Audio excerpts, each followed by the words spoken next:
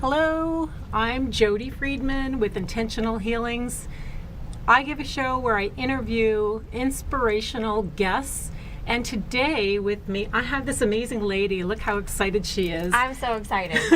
How excited are you? So excited. Woo! It's awesome to have you, Lisa. Thank you. And we've just met. I've known you on Facebook for a while, which I have a lot of friends like that. You shine so brightly that this friend of mine that I've known from high school, Miss Dawn Douglas, who you know and love. I do. So she said, one day on my Facebook, I saw, you two have to meet. It's like she was, setting us up together to meet and to create great things. And so ever since that moment, we've gotten together a couple times and seen each other. Yeah. And you're one of the women in Las Vegas that I've been following. Thank you. So inspirational. You've just launched a book. I hope everybody has seen this. It's called Girl, Get Your Shit Together. Yeah. And I mean, you don't mince words in here. And I love the stories that you tell because you give examples of relatable people, mostly women, I think. All women. All women. And issues and challenges that these women are having. And you show them step by step, easily in layman's terms, how to get control of their money, which is so important in today's times. Now, is everybody a millennial in the book that you speak to, or No. you have some older women in there too? I have. I do tell a story about Angie, who's in her 40s. I'm trying to think. I think she's the only one that's not a millennial in the book, but I coach women ages 20 all the way. I think my most senior client is 56, 57. Well, wait till you get to me. Okay. That'll be a little all older. right. Let's do it. Yeah, because when I was listening to this, it falls along the same lines with the law of attraction, which I love, and very practical ways to easily drop the debt that they have. You show them step by step, basically, and in the questions that you ask. And that's what I love about you, is that you ask a lot of questions so that people feel like you really care and you're really listening. And that's how you get the answers of how to plan for them and with them. Absolutely. When it comes to money, there's no box. I don't sell a box to my clients. I say, let's get in, let's dig in using powerful questions to really understand for you what's going on, and then we'll build a strategy. I do have tools, so money tools, but depending on what the situation is, I'm going to bring out different tools. So I want every client to know that they do matter and that the strategies we design are personal and custom to them. That's the only way it works. Absolutely. And I got so excited that you're here sitting next to me and not just having a private conversation between you and I, that I wanted to mention that you're a millennial life coach. You're a financial coach. I see you at NABO. What is your title with NABO? I'm the Vice President of Membership. Okay, and what does NABO stand for? NABO is the National Association of Women Business Owners. It's been established since the 60s. Really, we just did a Maximize Your Membership event where I asked our members and anybody interested in NABO to jump online with us, and we talked about the benefits of membership. And really what it comes down to is NABO is the foremost leader in women business ownership. And so if you are looking to grow your business, propel your business, connect to other like-minded women, this is the hub. They're offering all types of services. We have a local chapter here in Las Vegas where we do local connections and programming for our women business owners, but connected to the national organization. Well, I'm going to have to definitely check them out because I see the women that you're with, and what I did is I wrote a list of women that this year I wanted to meet, and you were at the top of the list. Oh, thank you. And thus being this is my second show back with WCOBM. I took a little vacation for a couple months. My friend told me, you've got to come back. They're live streaming now. We're live on both of our pages. So, by the way, if you are watching on Lisa's page or my page, please go ahead and share it with your, to your Facebook wall, because that's how we get out there. We affect the most people that we can. And we love what we do, both of us, being strong women in the community. I agree. My first experience of you was on the cover of Las Vegas Woman magazine. I was like, whoa, that's a huge honor. Thank you. And we had journeyed in each other's circles long enough where it was like, okay, let's officially be friends. Absolutely. And it's been fun because I'm finding out you know, the first question you asked me was, who is your audience? And I told you, you know, I hang out with a lot of spiritual people and a lot of people that are just awakening to their spirituality. And I've been doing this for 20 some years. So I kind of feel like a dinosaur in your world, but women can help women no matter what age they are. Yeah. You know, and learning a new language, kind of, because like I could have you come over and show me some things and Sure. all the things that I don't get. Sure. And then I can just help you I see that. unleash I see your that. spirituality. I see that. Well, one of the reasons that I decided to be a mentor is that it takes on a different flavor and it takes on a different relationship with clients. And what I believe is really powerful for you is that you have the capacity to mentor women of all ages. And for me, the reason I chose millennials is that they're about 10 years younger than me-ish, and I know that I can serve them at a really high level, and that's my calling. And so we all need mentors. And I would say you're absolutely not a dinosaur. I would say that you are you're a mecca of wisdom and love and guidance. So Yeah, I'm kind of I've been an entrepreneur for over 30 years, but I'm also Mother Earth. And so it's kind of a neat blend to be that, because I see a lot of people, you know, all the ones that want to fight about the guns and all the different things, they see my page and it's like this blast of sunshine, and they're saying, almost I can hear their thoughts like, get a grip, it's not all sunshine and roses. And I agree, there's a lot out there, but I do live in a world where I'm happy most of the time, and otherwise I would be crying all the time and upset at the way the world is. But we all do have our certain gifts, and you definitely are bringing yours, because I see you doing workshops these days. I see you out there with women a little bit older than you too, and just moving and shaking and really bringing it to the world. That's good for you. Thank you. That's my calling. So what motivated you this year for all the changes? And maybe you can discuss with our audience all the changes that you're making. Sure. We have some little things that we're going to talk about right at the end, don't we? Okay. Well, I'll let you bring that up. But this has been a huge journey of transformation for me, not just this year, but I feel like I'm really on the tail end of a 3 or 4 year journey of creating what I said I wanted in my life. And starting in 2014, I tell the story in my book about I left my first career in 2011 to stay home with my 3-year-old son. At the time he was 3, and I found myself about 2 years later sitting on the couch watching Oprah, not eating bonbons per se, but actually drinking wine. It was 1 o'clock in the afternoon, and I couldn't wait for my son to take a nap because I was ready for my glass of wine and Oprah. And I just sat there watching Oprah, and this guy was from the Happiness University at Harvard talking about what happiness really is, and she has these really deep spiritual people as her guests, and they're talking about happiness, and I'm like, what the heck am I doing with my life? And that was one of my awakenings in my life, to go, this is not who I was born to be. And so I started on my own personal journey of soul searching and really thinking about what my purpose is. And 3 years, 4 years later, now I'm at the tail end of saying, okay, this is who I was born to be, but it's taken me some time. And really it culminated with my divorce, which my husband and I just divorced, and he moved out, and I have my own new little condo and my own little place. How wonderful. And yeah, I feel like I've walked the walk, and now I can talk the talk and inspire other women. That's fantastic. And there's a lot of women out there that have gone through divorces.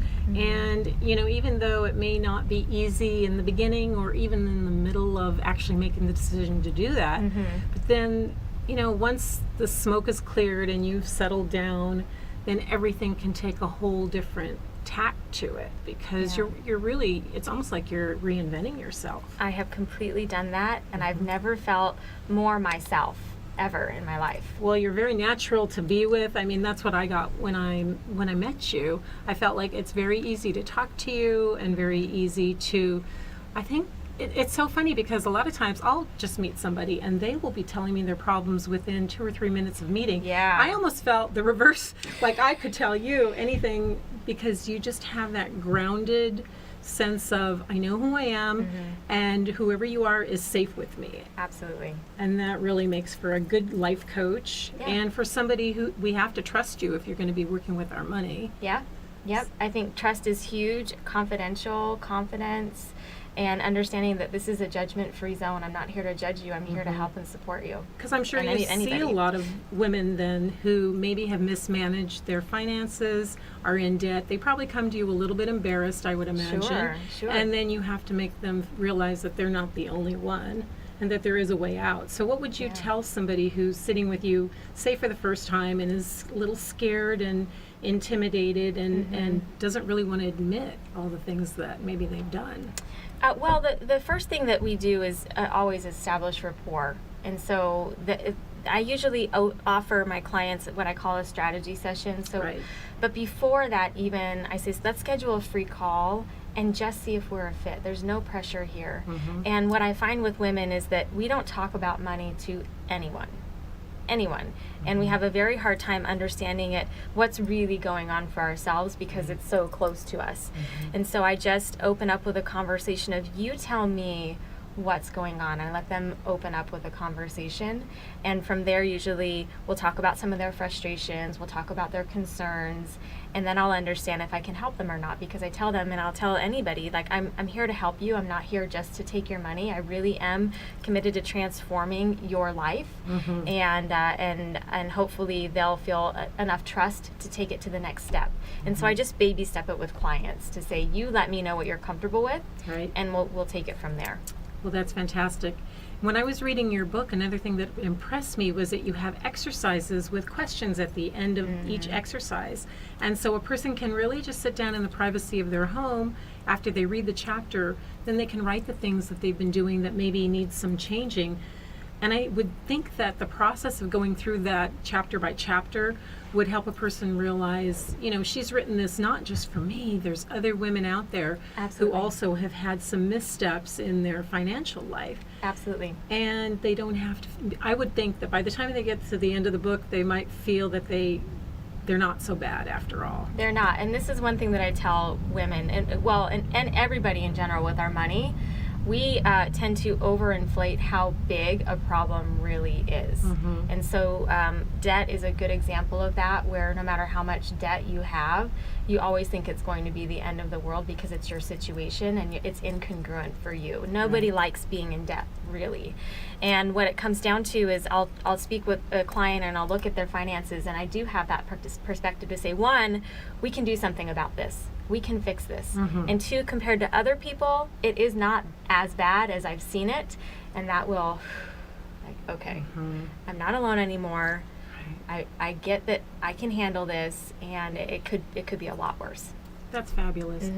So let's talk a little bit about something that I loved when I heard you talk about it almost as much as me, is the law of attraction and declaring what people are going to do. So what do you have to share with our listeners? With the law of attraction? Yeah. It's everything. I know. It is. Everything. The end. There you go. We're done. We have a few more minutes. Thanks for tuning in. Well, it wasn't something that I was really familiar with until I started doing my own work of transformation. There's a whole body of work of transformation. And as I started doing money coaching, even, I didn't know who Abraham Hicks is, who is like she and Jerry. The greatest. Oh. The greatest, but really our actions and our behaviors inform decisions that we make, and our brain, we have 66,000 thoughts a day, something like that. 2/3 of those are negative, coming from fear. Psychologically, fear keeps us safe. But if we really pay attention to our conversation internally, we have the ability to speak positively and bring to our world and to our lives the experience that we want. So like you said, you're peaceful, you're loving, no matter what's going on. That is attracting more of that to your life. And with money, we can stress about money all day long, and we can think about our debt all day long, and really the law of attraction will say that the more you think about it, the more of it you'll have, whatever it is. And if it's problems and drama and stress, you'll have more of that. But if it's shifting it and cutting it off at its, I guess, understanding and recognizing what to talk about, bringing awareness to your actual internal conversation, shifting it and saying, no, I want to declare something new for my life, and using the law of attraction to speak into what you want will bring more of it to your life. And I teach that to my clients, and using the power of manifestation, using meditation, whatever tools. You're speaking my language, Yeah. Lisa. I teach vision board classes. I teach manifestation work. I teach people to really watch their language, because anything especially you put after the words "I am," so if you're saying "I am stupid," or anything that you're saying that you can't do something, the universe is going to give you exactly more of that. Yeah. And so we have a prop here today that you brought. It's a vision board, and it's amazing. I saw you do a Facebook Live on it a few days ago, and I just taught a class a week ago. I've got my next one scheduled in April. Maybe you'll come in and we can love that. Kind of like together put something out there that maybe you haven't even thought of. Because I do meditations. I do 3 meditations during the class that helps people. Sometimes they'll come in thinking they're going to do something on career, and they end up doing it on love, or they want to change something about love, and they end up doing it on money, because their brain will really, once they're quiet, when they're sitting in that meditative spot, it'll bring it up. It'll bring up from the subconscious what they're really ready to do right now. I love so that. why don't you pull out that vision board and tell us a little bit about it. Can you see it? How do I don't know. Let's put it right here. We're both short. Okay. Here So it comes.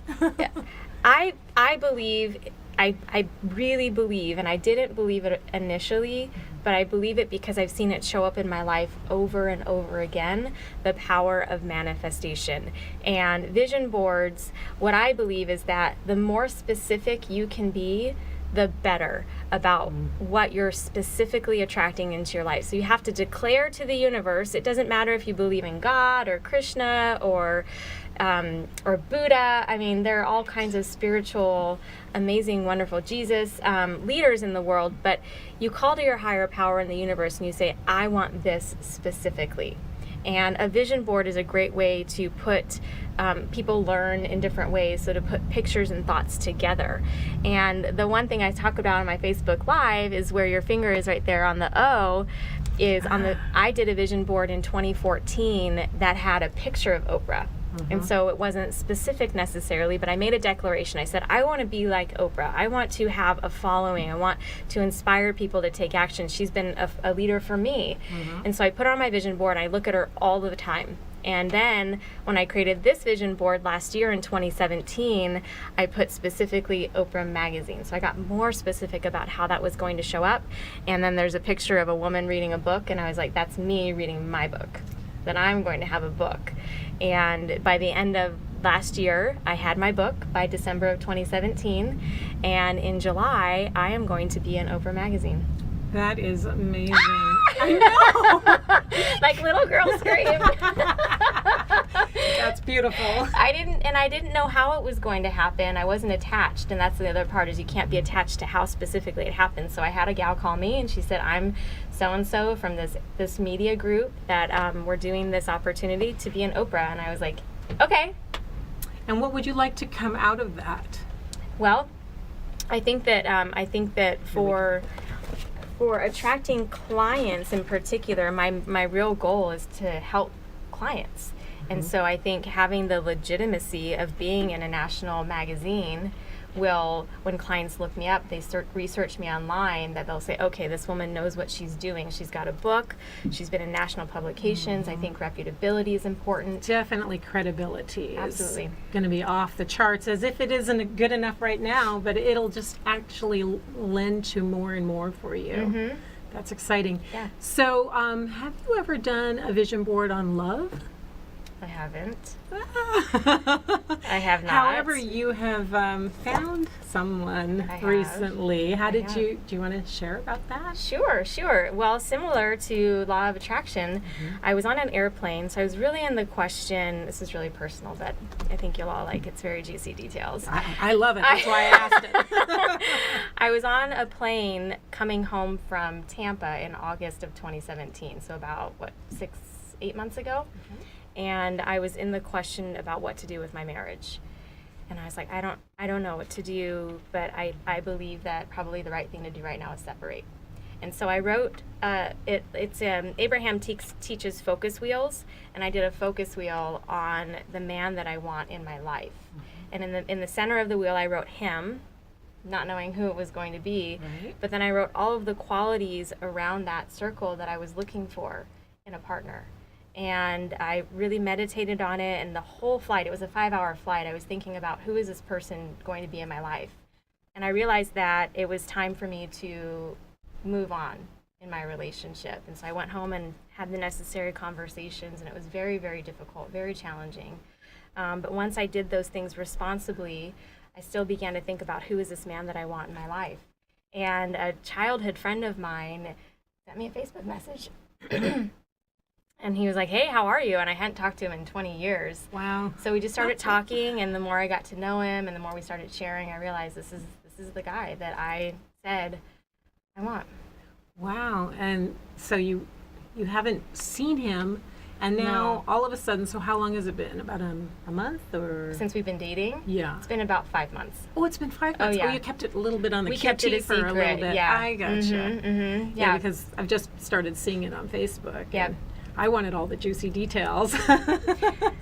Yeah, maybe I'll write a book about it someday. There you go. I think he's going to write his own book about his own story. He has an amazing story. Really? But it was founded in friendship and respect and really mutual support was really the start of it. And it wasn't probably until the new year that we knew that it was something more than that. And then being respectful to my current situation with my ex-husband, like we just really wanted to make sure we did things the right way, and that we knew that there was a future between the two of us. And what I really love about him is that he knows that I'm an independent woman, and that's really important. And I know that he's creating his own things, and we're supporting each other.